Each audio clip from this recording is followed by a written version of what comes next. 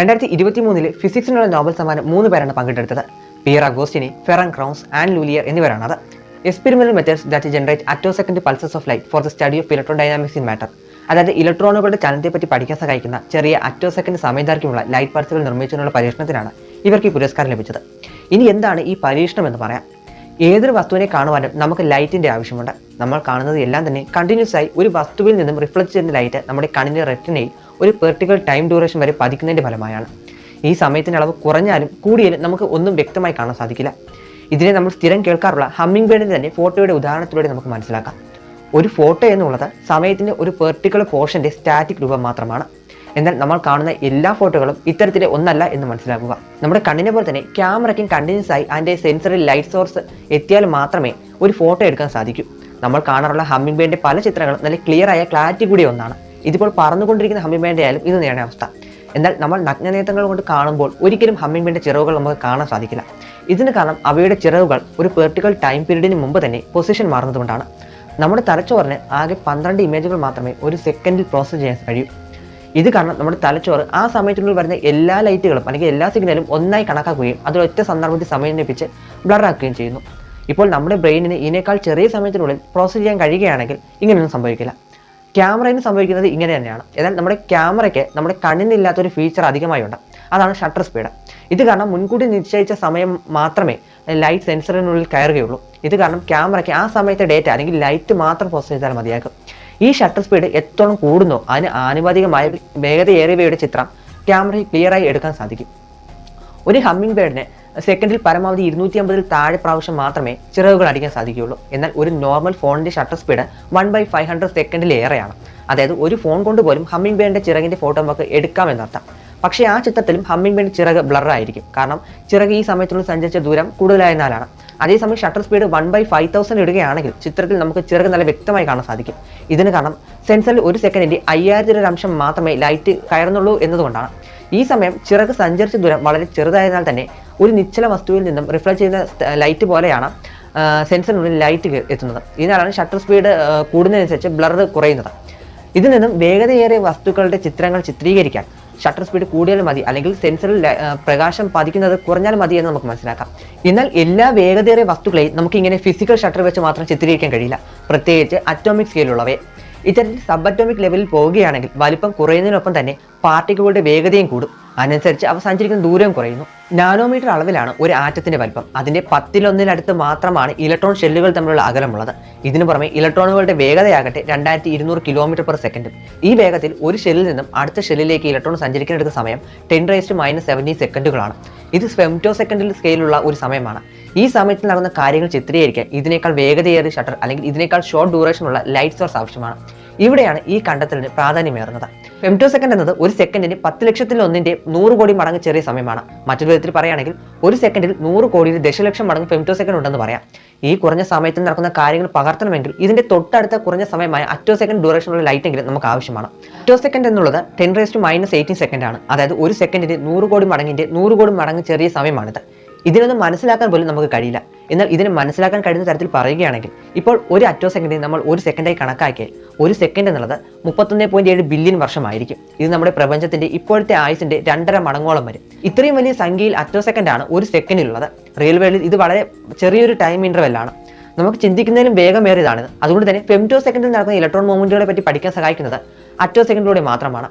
Quantum electro ഡൈനാമിക്സിന് ഇലക്ട്രോണുകളുടെ പൊസിഷനെ predict ചെയ്യാനാകുമെങ്കിലും real ടൈമിൽ ഇലക്ട്രോണുകളെ പഠിക്കാൻ ഇതിലൂടെ സാധിക്കില്ല. എന്നാൽ അറ്റോ സെക്കൻഡ് ഇടവേളയിലൂടെ മാറ്റങ്ങളെ പറ്റി മനസ്സിലാക്കാൻ നമുക്ക് സാധിക്കും. അതുകൊണ്ട് തന്നെ ഇതിനെ ഒരു പ്രത്യേകം ശാസ്ത്ര ശാഖയായി തന്നെയാണ് പഠിക്കുന്നത്. ഇതിനെയാണ് അറ്റോ സെക്കൻഡ് ഫിസിക്സ് എന്ന് പറയുന്നത്. ഇനി ഇതിന്റെ കണ്ടെത്തലിനെ പറ്റി പറയാം. 20ാം നൂറ്റാണ്ടിന്റെ തുടക്കത്തിൽ, കൃത്യമായി പറഞ്ഞാൽ 1905 ആൽബർട്ട് ഐൻസ്റ്റൈൻ പബ്ലിഷ് ചെയ്ത തന്റെ ഫോട്ടോ ഇലക്ട്രിക് എഫക്റ്റിനെ പറ്റിയുള്ള കണ്ടെത്തലിലൂടെയാണ് 1920 പോൾ ഡിറാക് ലൈറ്റിന്റെയും മാറ്ററിന്റെയും ഇന്ററാക്ഷനെ പറ്റി പഠിക്കുന്ന ക്വാണ്ടം ഇലക്ട്രോ ഡൈനാമിക്സിന് രൂപം നൽകിയത്. 1940കളോടുകൂടി തന്നെ വളരെയധികം റിഫൈൻഡ് ആക്കി മാറ്റി. എന്നാൽ മുമ്പ് പറഞ്ഞ കാരണങ്ങളാൽ തന്നെ ക്വാണ്ടം ഇലക്ട്രോ ഡൈനാമിക്സിന് നിരവധി പരിമിതികളുണ്ടെന്ന് മനസ്സിലാക്കുകയും അതിനെ മറികടക്കാൻ പുതിയ വഴികളും കണ്ടെത്താൻ ശാസ്ത്രം ശ്രമിച്ചു. ഇങ്ങനെ ക്വാണ്ടം ഇലക്ട്രോ ഡൈനാമിക്സ് പ്രത്യേകം ശാസ്ത്ര ശാഖകളായി തിരിഞ്ഞു. Quantum gravity, quantum chromodynamics, പിന്നെ അറ്റോ സെക്കൻഡ് ഫിസിക്സ് എന്നിവയാണ് ഇതിൽ ഉൾപ്പെടുന്നത്. അതുവരെ തിയററ്റിക്കലായ attosecond physics 1986 titanium doped sapphire based ലേസറിന്റെ കണ്ടെത്തലോടുകൂടി പ്രാക്ടിക്കലി അച്ചീവ് ചെയ്യാൻ കഴിയുമെന്ന് ശാസ്ത്രജ്ഞർ മനസ്സിലാക്കി. തുടർന്ന് 1987 ആർഗൺ പോലുള്ള വാതകങ്ങളിൽ ലേസറിനോട് പ്രതികരിക്കുകയും തന്മൂലം പ്രകാശത്തിന്റെ അധിക നിറങ്ങൾ അല്ലെങ്കിൽ ഓവർടോണുകൾ പുറപ്പെടുവിക്കുകയും ചെയ്യുമെന്ന് ലൂലിയർ ആദ്യമായി കണ്ടെത്തി. തുടർന്ന് 1988 ക്രിപ്ഡ് പൾസ് ആംപ്ലിഫിക്കേഷനിലൂടെ പൈക്കോസെക്കൻഡ് മുതൽ ഫെംറ്റോസെക്കൻഡ് ഡ്യൂറേഷൻ വരെയുള്ള ലേസർ പൾസുകൾ നിർമ്മിക്കാൻ കഴിയുമെന്ന് ശാസ്ത്രജ്ഞർ മനസ്സിലാക്കി. തുടർന്ന് നിരവധി പഠനങ്ങളും ഗവേഷണങ്ങളും ഇതിൽ നടക്കുകയും 1992 ഫെറൻ ക്രൗൺസും സംഘവും ചെറിയ അറ്റോസെക്കൻഡ് പൾസുകൾ സൃഷ്ടിക്കാൻ ഉപയോഗിക്കുന്ന ഒരു പുതിയ തരം ലേസർ വികസിപ്പിക്കുകയും ചെയ്തു. ക്രാസ് ലേസർ അല്ലെങ്കിൽ gravity ring down with amplitude stabilisation എന്നാണ് ഇത് അറിയപ്പെടുന്നത്. ഇതിലൂടെ ഫെംറ്റോസെക്കൻഡുകൾ നീണ്ടു നിൽക്കുന്ന ലേസർ പൾസുകൾ നിർമ്മിക്കാൻ ഇവർക്കായി. തുടർന്ന് 2001 പിയർ അഗോസ്റ്റിനി 250 അറ്റോസെക്കൻഡ് മാത്രം നീണ്ടു നിൽക്കുന്ന തുടർച്ചയായ പ്രകാശത്തിന്റെ പൾസുകൾ ഒരു പരമ്പരയായി നിർമ്മിക്കുന്നതിൽ വിജയിച്ചു. അതേസമയം തന്നെ ഫെറൻ ക്രൗൺസ് മറ്റൊരു തരത്തിലുള്ള പരീക്ഷണമായി പ്രവർത്തിക്കുകയും 650 അറ്റോസെക്കൻഡ് നീണ്ടു നിൽക്കുന്ന ഒരു ലേസർ പൾസ് വേർതിരിച്ചെടുക്കുകയും ചെയ്തു. ഇത് രണ്ടുമായിരുന്നു ചരിത്രത്തിലെ ആദ്യ അറ്റോസെക്കൻഡ് ലേസർ പൾസ് എന്ന് പറയാം. ഇനി എങ്ങനെയാണ് ഇവർ ഈ അറ്റോസെക്കൻഡ് ഡ്യൂറേഷനുള്ള ലേസർ പൾസുകൾ നിർമ്മിച്ചതെന്ന് നോക്കാം. മുമ്പ് സൂചിപ്പിച്ചതുപോലെ തന്നെ ലേസർ പതിപ്പിക്കുമ്പോൾ ആറ്റങ്ങൾ അതിനോട് പ്രതികരിക്കുകയും ഔട്ടർ ഓർബിറ്റിലുള്ള ഇലക്ട്രോൺ ലേസറിന്റെ സ്ട്രോങ് ഇലക്ട്രിക് ഫീൽഡിൽ ഹയർ പൊട്ടൻഷ്യലിലേക്ക് എത്തുകയും ആറ്റത്തിൽ നിന്നും പുറത്ത് ചാടുകയും ചെയ്യുന്നു. ഇതിനെ ആറ്റത്തിന്റെ എക്സൈറ്റഡ് സ്റ്റേറ്റ് എന്ന് പറയാം. ഇതിനുശേഷം ഈ ഇലക്ട്രോൺ വളരെ പെട്ടെന്ന് തന്നെ അധികമായി ലഭിച്ച എനർജിയെ ഫോട്ടോണുകളായി പുറം തള്ളിക്കൊണ്ട് തിരിച്ച് തന്റെ ഓർബിറ്റിലേക്ക് കയറുന്നു. ഇങ്ങനെ എമിറ്റ് ചെയ്യുന്ന ഫോട്ടോണുകൾ വളരെ കുറഞ്ഞ സമയത്തേക്ക് മാത്രമേ നിലനിൽക്കുകയുള്ളൂ.